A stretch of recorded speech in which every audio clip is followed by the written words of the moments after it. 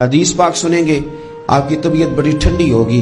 میرے نبی پاک صلی اللہ تعالی علیہ وسلم ارشاد فرماتے ہیں کہ جو بندہ سوال سے بچنا چاہے گا، ارادہ کرے گا اللہ میں نے کسی سے نہیں مانگنا، فرمایا جو سوال سے بچنا چاہے گا رب اسے سوال سے بچا لے گا، اور جو لوگوں سے بے نیاز ہونا چاہے گا کہے گا یا اللہ مجھے دنیا داروں کا محتاج نہ بناؤ، اپنی بارگاہ سے عطا فرما۔ جو لوگوں سے بے نیاز ہونا چاہے گا اللہ لوگوں سے بے نیاز کر دے گا، اور فرمایا جو صبر کا ارادہ کرے گا اللہ اسے صبر کی توفیق بھی عطا فرما دے گا۔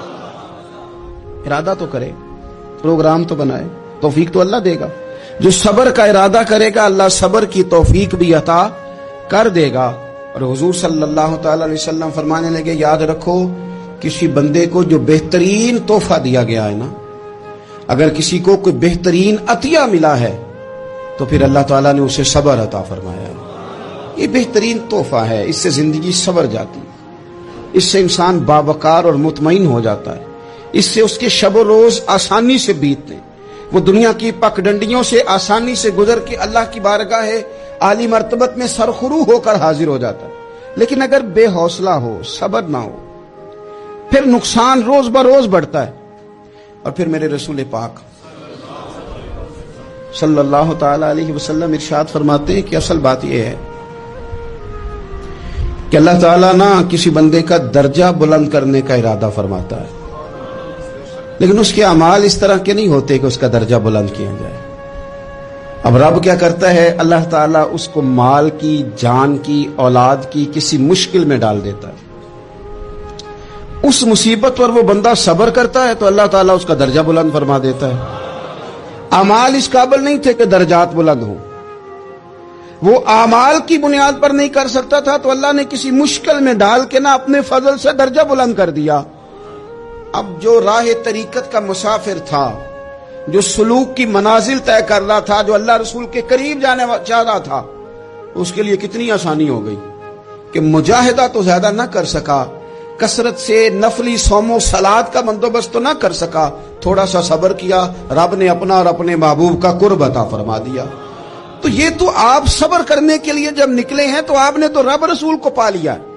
یہ صبر تو وہ والا سفر ہے جس کی جو منزل ہے وہ اللہ رسول کا قرب ہے۔ ہم لوگ تھوڑی تھوڑی باتوں میں حوصلہ ہار جاتے ہیں، صبر چھوڑ جاتے ہیں، پریشانی بڑھ جاتی ہے، پتہ نہیں ایسے محسوس ہوتا ہے کہ جیسے یہی بندہ دنیا کا سب سے دکھی بندہ ہے۔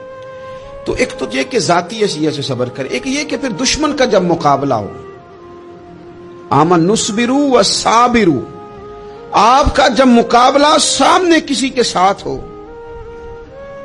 تو پھر تیر، تلواریں، اسلحہ، بندوقیں یہ نہیں زیادہ لڑتی، میدانوں میں حوصلے لڑتے ہیں، میدانوں میں صبر لڑتا ہے، میدانوں کے اندر توانائیاں لڑتی ہیں۔ میدان کربلا کے اندر کوئی مقابلہ نہیں تھا تیر کا تیر کے ساتھ، تلوار کا تلوار کے ساتھ کوئی مقابلہ نہیں تھا۔ میدان کربلا کے اندر ظلم کا صبر سے مقابلہ تھا۔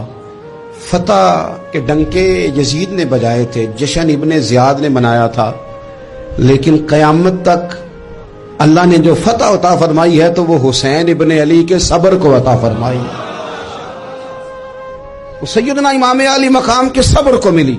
عزیز بھائی، صبر ہی ہمیشہ فاتح ہوتا ہے، صبر ہی جیتا کرتا ہے، صبر ہی کامیابیاں دیتا ہے، نتیجے صبر کے نکلتے ہیں، صبر کے حوصلے کے نتیجے ہوتے ہیں۔ ہماری جلد بازی ہمیں شکست خوردہ کر دے گی، ہمارا حوصلہ نہ ہونا ہمیں ہرا دے گا، ہم کمزور پڑ جائیں گے اگر ہم بے حوصلہ ہو جائیں گے۔